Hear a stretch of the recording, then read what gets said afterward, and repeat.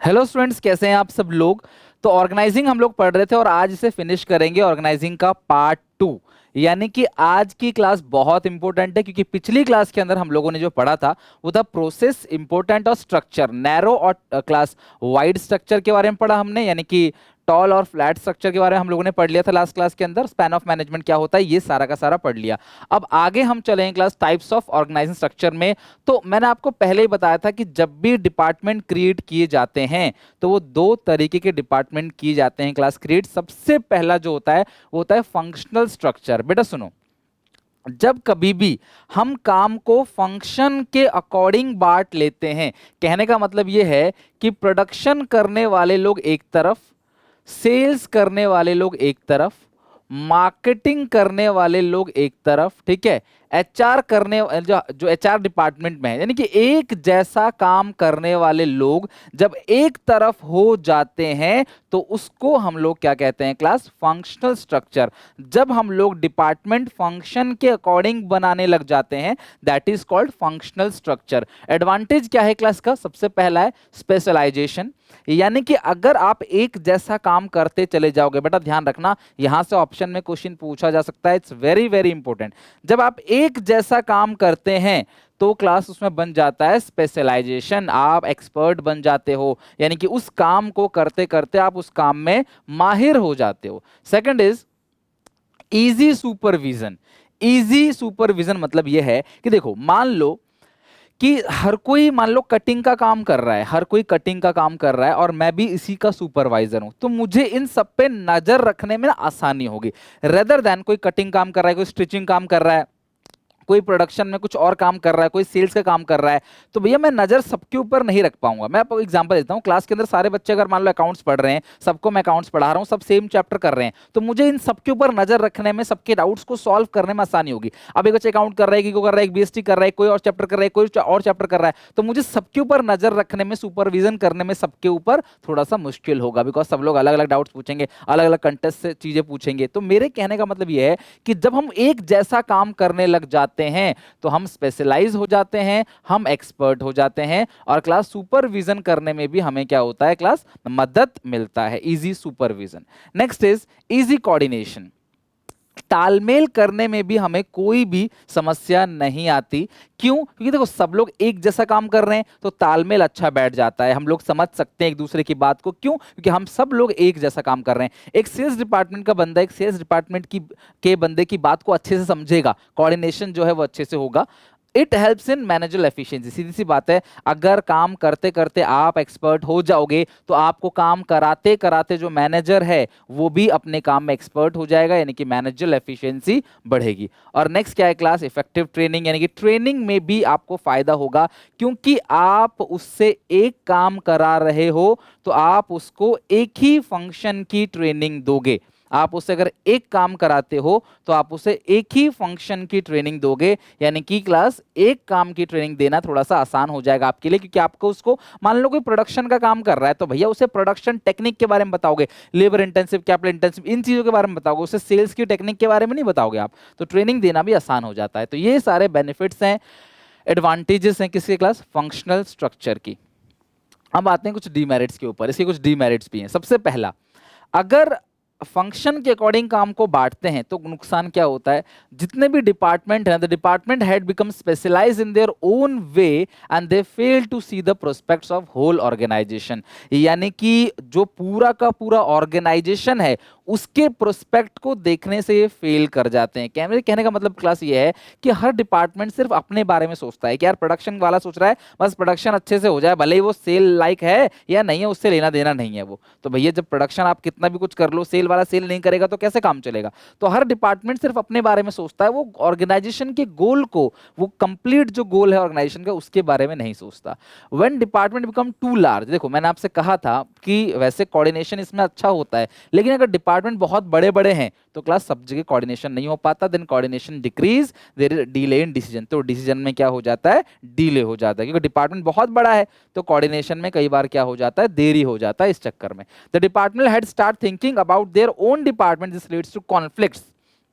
कई बार department head जो होते हैं ना, मतलब अलग अलग डिपार्टमेंट है, तो जो डिपार्टमेंट का हेड है वो सिर्फ अपने डिपार्टमेंट के बारे में सोचता है, जिसकी वजह से कई बार कॉन्फ्लिक्ट्स यानी कि लड़ाई झगड़े भी हो जाते हैं। Next, when organizational goal is not achieved, it becomes very difficult to make any department accountable for this because all the departments are interrelated। देखो, सबसे बड़ी समस्या आप कह सकते हो कि यही है फंक्शनल स्ट्रक्चर का। मान लो ये प्रोडक्शन डिपार्टमेंट है, ये सेल डिपार्टमेंट है, ये मार्केटिंग डिपार्टमेंट है, इससे पहले था फाइनेंस डिपार्टमेंट, ठीक है। तो अगर सेल अच्छे से नहीं हुई तो आपने सेल डिपार्टमेंट से बोला भैया तुम्हारी सेल अच्छे से क्यों नहीं हुई, तो सेल डिपार्टमेंट वाला बोलेगा प्रोडक्शन डिपार्टमेंट ने प्रोडक्शन ही अच्छे से नहीं किया। प्रोडक्शन वाला बोलेगा परचेज डिपार्टमेंट ने परचेज ही अच्छा माल नहीं किया। परचेज वाला बोलेगा फाइनेंस वालों ने फाइनेंस ही अच्छे से नहीं दिया। मतलब हर कोई किसी ना किसी के ऊपर ब्लेम करता चला जाएगा, अपनी गलतियों को किसी के ऊपर टालता चला जाएगा। तो ये पता लगाना बड़ा मुश्किल है कि हम किसको अकाउंटेबल बनाएं, किसको हम जवाबदेही दें, भाई किसकी जवाबदेही होगी इसके अंदर। अलग क्या है, in functional structure employees get training of one function only. भैया एक और डिमेरिट ये है कि देखो जो फंक्शनल है उसमें इफेक्टिव ट्रेनिंग आपने पढ़ा एडवांटेज के अंदर, आप उसे एक ही काम की ट्रेनिंग दोगे तो भैया कल को अगर उससे कोई और काम कराना हो तो आप नहीं करा पाओगे। क्यों? क्योंकि आपने उसे एक ही काम की ट्रेनिंग दी है। भैया प्रोडक्शन में ज़्यादा लोग हो गए तो प्रोडक्शन वाले को मान लो मार्केटिंग में भेजना है, या प्रोडक्शन वाले को कहीं और किसी दूसरे डिपार्टमेंट में जहाँ लेबर की कमी है, वर्कर की कमी है, वहाँ भेजना है, तो आप नहीं भेज पाओगे। क्यों? क्योंकि भैया आपने उसे ट्रेनिंग तो सिर्फ एक ही काम की दे रखी है, तो दूसरी जगह आप कैसे भेज दोगे उसको। तो ये समस्या है। डिविजनल स्ट्रक्चर, इसका फायदा क्या है? देखो सबसे पहली बात, जो कंपनी सिंगल प्रोडक्ट बनाती है, जो कंपनी सिंगल प्रोडक्ट बनाती है, वन प्रोडक्ट, तो भैया वो हो गया फंक्शनल। और जो कंपनी मल्टी प्रोडक्ट बनाती है, मल्टी प्रोडक्ट, तो क्लास वो हो गया डिविजनल। ठीक है, ध्यान रखना, मल्टी प्रोडक्ट के लिए सुइटेबल क्या है? डिविजनल स्ट्रक्चर, और सिंगल प्रोडक्ट के लिए फंक्शनल। डिवीजन का एडवांटेज क्या है? प्रोडक्ट स्पेशलाइजेशन, क्योंकि वन प्रोडक्ट वन डिपार्टमेंट, जो आपका प्रोडक्ट है उसके लिए अलग से एक डिपार्टमेंट है, तो वन प्रोडक्ट वन डिपार्टमेंट है, दैट इज प्रोडक्ट स्पेशलाइजेशन। अगला है फास्ट डिसीजन मेकिंग। यहाँ पे जो डिसीजन मेकिंग है वो फास्ट हो जाती है, यानी कि आप डिसीजन जो है वो जल्दी से ले सकते हो, फास्ट डिसीजन मेकिंग। तो सबसे पहली बात है प्रोडक्ट स्पेशलाइजेशन, यानी कि आप अपने प्रोडक्ट पे एक्सपर्ट हो जाते हो। और दूसरा क्या, आप डिसीजन जो है वो फास्ट ले सकते हो, फास्ट डिसीजन मेकिंग। क्यों? क्योंकि भैया आप ही का प्रोडक्ट है, आप ही के डिपार्टमेंट के अंदर इसका प्रोडक्शन होना है, सेल होना है, मार्केटिंग, एचआर, फाइनेंस, सब आप ही के हाथ में है। तो आपको किसी दूसरे डिपार्टमेंट पे डिपेंड नहीं हो, आपको खुद ही डिसीजन लेना है, तो डिसीजन मेकिंग फास्ट हो जाती है। Accountability, it is easy to fix accountability. क्यों? पतंजलि के मान लो 4 प्रोडक्ट, दंत कांति, ठीक है, टूथपेस्ट के लिए, और हेयर ऑयल के लिए मान लो कोई है, बाकी एलोवेरा जूस का है, ठीक है। तो भैया अगर दंत कांति की सेल नहीं हुई तो भैया दंत कांति किसी और डिपार्टमेंट पे कैसे ब्लेम करेगा? जब तुम्हारा खुद का सेल नहीं हो तो तुम्हारा डिपार्टमेंट ही तो रिस्पॉन्सिबल होगा। तो यानी कि अकाउंटेबिलिटी जो है वो क्लास जवाबदेही। अकाउंटेबिलिटी का मतलब होता है answerable for non accomplishment of task. तो यहाँ पे जो अकाउंटेबिलिटी है वो उसी की है। अगला क्या है? Flexibility. Flexibility in the sense, क्योंकि आप उसे 4 या 5, 6 काम की ट्रेनिंग दे रहे हो, आप अलग अलग काम की उनको ट्रेनिंग दे रहे हो, तो यार सीधी सी बात है, आप अगर अपने डिपार्टमेंट के अंदर, आप ही के डिपार्टमेंट के अंदर प्रोडक्शन भी हो रहा है, सेल भी हो रहा है, एचआर भी हो रहा है, मार्केटिंग भी हो रहा है, तो क्लास ये फ्लेक्सिबल है, आप इजीली उससे कोई दूसरा काम करा सकते हो। ठीक है, अपने डिपार्टमेंट के अंदर ही। एक्सपेंशन एंड ग्रोथ, मान लो ये 4 प्रोडक्ट हैं, अगर आप 5वां कोई प्रोडक्ट आसानी से लेके आना चाहो तो ला सकते हो, एग्जिस्टिंग डिपार्टमेंट अफेक्ट नहीं होंगे। लाइक वन प्रोडक्ट का वन डिपार्टमेंट है, तो अगर एक और प्रोडक्ट आ गया तो एक और डिपार्टमेंट बढ़ जाएगा, एग्जिस्टिंग डिपार्टमेंट उससे कोई भी अफेक्टेड नहीं होंगे। लेकिन फंक्शनल में अलग था, मान लो एक प्रोडक्ट कोई भी एक्स्ट्रा आया तो उसका जो प्रोडक्शन है वो प्रोडक्शन डिपार्टमेंट को हैम्पर करेगा, उसका सेल्स डिपार्टमेंट को हैम्पर करेगा, क्योंकि एक नया प्रोडक्ट आया तो हर एक डिपार्टमेंट में कि काम बढ़ जाएगा, क्योंकि काम को फंक्शन के अकॉर्डिंग बांटा है, यहाँ पे काम को प्रोडक्ट के अकॉर्डिंग बांटा है। तो 4 प्रोडक्ट थे तो 4 डिपार्टमेंट थे, 5वां प्रोडक्ट आ गया तो 5वां डिपार्टमेंट आ गया। तो यानी कि ईजी है क्लास कोई भी नया प्रोडक्ट को ऐड करना, बिजनेस में एक्सपैंड करना। लेकिन घाटा क्या है? Each department focus on their product only. जैसे वहां पे हर कोई अपने फंक्शंस पे फोकस कर रहा था, यहाँ पे हर कोई अपने प्रोडक्ट पे फोकस कर रहा है। तो एक डिपार्टमेंट जो है अपने प्रोडक्ट को फोकस करता है, सोचता है कि मेरा प्रोडक्ट बस बढ़ जाए, मेरा प्रोडक्ट तरक्की पे चला जाए, भले ही पूरा ऑर्गेनाइजेशन डूब जाए, बस मेरा प्रोडक्ट अच्छा हो। तो अपने अपने ऊपर क्लास फोकस करते हैं, ये होल ऑर्गेनाइजेशन गोल को अचीव नहीं करते।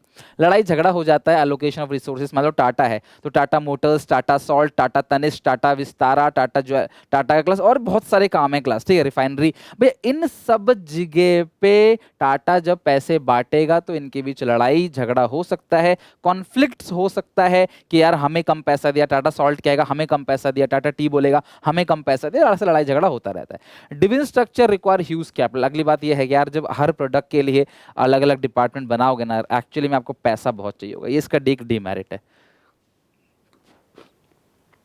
तो ये फंक्शनल और डिवीजन स्ट्रक्चर क्लियर हो गया। अब अपने इस चैप्टर को एंड करने से पहले मैं आप सबसे 10-15 मिनट का अटेंशन चाहूंगा। क्यों? क्योंकि ये जो टॉपिक है ना, यहां बहुत कंफ्यूजन होता है डेलीगेशन और डिसेंट्रलाइजेशन में। तो मैं यहां पे थोड़ा सा दोनों के बीच डिफरेंशिएट करूंगा ताकि जब आप केस स्टडी बनाओ ना, तो केस स्टडी पकड़ लो आपकी एक्चुअली में डेलीगेशन है या डिसेंट्रलाइजेशन है। तो सबसे पहले बात करते हैं डेलीगेशन की। मैं रिलेशन की बात भी करूंगा, इंपॉर्टेंस भी। डेलीगेशन क्या है?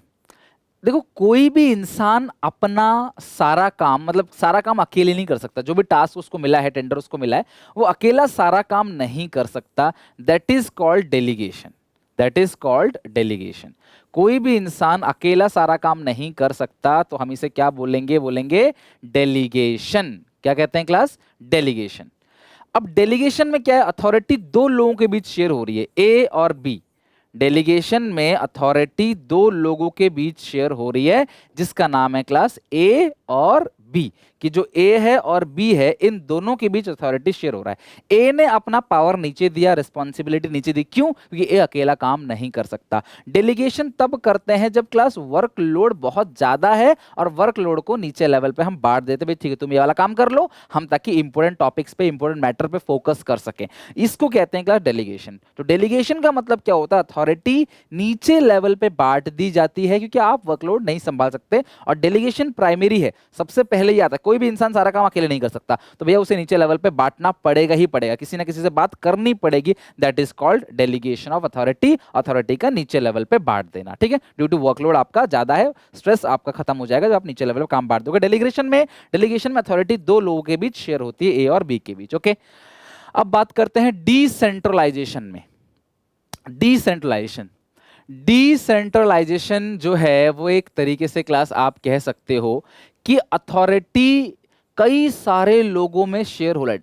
सिलेक्टिव डिस्पर्सल, अगर ये वर्ड कहीं यूज हो जाता है ना, सिलेक्टिव डिस्पर्सल ऑफ अथॉरिटी, और अथॉरिटी बहुत सारे लोगों में बट रहा है, इक्वली बट रहा है। सबको सबको हम इसलिए बांट रहे हैं क्योंकि हम सबका इन्वॉल्वमेंट चाहते हैं। डिसेंट्रलाइजेशन में वर्कलोड कम करना मेन फोकस नहीं है, मेन फोकस है हम सबके साथ पार्टिसिपेट करना चाहते हैं, सारे लोग, हम सब लोग मिलके काम करें। लेकिन डेलीगेशन में अथॉरिटी दो लोगों के बीच शेयर होता है। डेलीगेशन सबसे पहले होता है, डेलीगेशन के बाद डिसेंट्रलाइजेशन है। ए मान लो मैनेजर है, ठीक है, ए सबसे ऊपर है, जनरल मैनेजर है, इसको काम मिला, ए ने बोला बी से तुम काम कराओ। बी क्या करता है? C D E F G सबको बुला लेते, सबको अपने हिसाब से काम बांट देता है। That is called decentralization. तो decentralization is the extension of delegation. So delegation is necessary, ध्यान रखना, यहां पे जो जो बता रहा हूं सब काम आएगा। Delegation is necessary but decentralisation is not necessary. Delegation necessary है, डिसेंट्रलाइजेशन नेसेसरी नहीं है। डेलीगेशन में अथॉरिटी दो लोगों के बीच शेयर होता है, डिसेंट्रलाइजेशन में अथॉरिटी कई सारे लोगों के बीच शेयर होता है। ये सिलेक्टिव डिस्पर्सल ऑफ अथॉरिटी है। जो डिसेंट्रलाइजेशन है वो क्या है? Selective dispersal of authority, okay. तो आई होप क्लास ये सारी चीजें आप अच्छे से समझ जाओगे डेलीगेशन और डिसेंट्रलाइजेशन में। एलिमेंट की बात करें, डेलीगेशन के तीन एलिमेंट है, authority, responsibility and accountability. Authority मतलब क्या होता है? Power to take decision, power to take decision. और रिस्पॉन्सिबिलिटी मतलब क्या है? टास्क, आपकी जिम्मेदारी। और अकाउंटेबिलिटी का मतलब क्या होता है? Answerable for non accomplishment of task, for non accomplishment of task, ठीक है। Answerable for non accomplishment of task, जो टास्क पूरा नहीं हुआ है, जो काम पूरा नहीं हुआ है, उसके लिए आंसरेबल कौन है? कौन जवाबदेही है, ठीक है, कौन जवाब देगा। एक बात आप ध्यान रखना, अथॉरिटी ऊपर से नीचे लेवल पे बांट दी जाती है, रेस्पॉन्सिबिलिटी भी ऊपर लेवल से नीचे लेवल पे बांट दी जाती है, but accountability can never be delegated. ध्यान रखना, अकाउंटेबिलिटी कभी नीचे नहीं आती। एग्जाम्पल, मेरे को मेरे बॉस ने काम दिया कि भाई ये वाला काम कराना है, मैंने बोला ठीक है सर मैं करा दूंगा ये वाला काम। तो मैंने अपने नीचे लेवल के 2-3 लोगों को बोला भैया देखो बॉस से ये वाला काम आया है, सारा ये वाला काम मुझे एक दिन पहले ही करके दिखा देना, मुझे कोई डीले नहीं चाहिए। अब उन वर्करों ने काम पूरा करके नहीं दिया मुझे। मेरा बॉस आया मेरे पास, बोला हम भाई काम क्यों नहीं हुआ? मैं बोलूँगा सर काम इसलिए नहीं हुआ क्योंकि मेरे नीचे वालों ने काम नहीं करा। क्या मैं ऐसा कह सकता हूँ?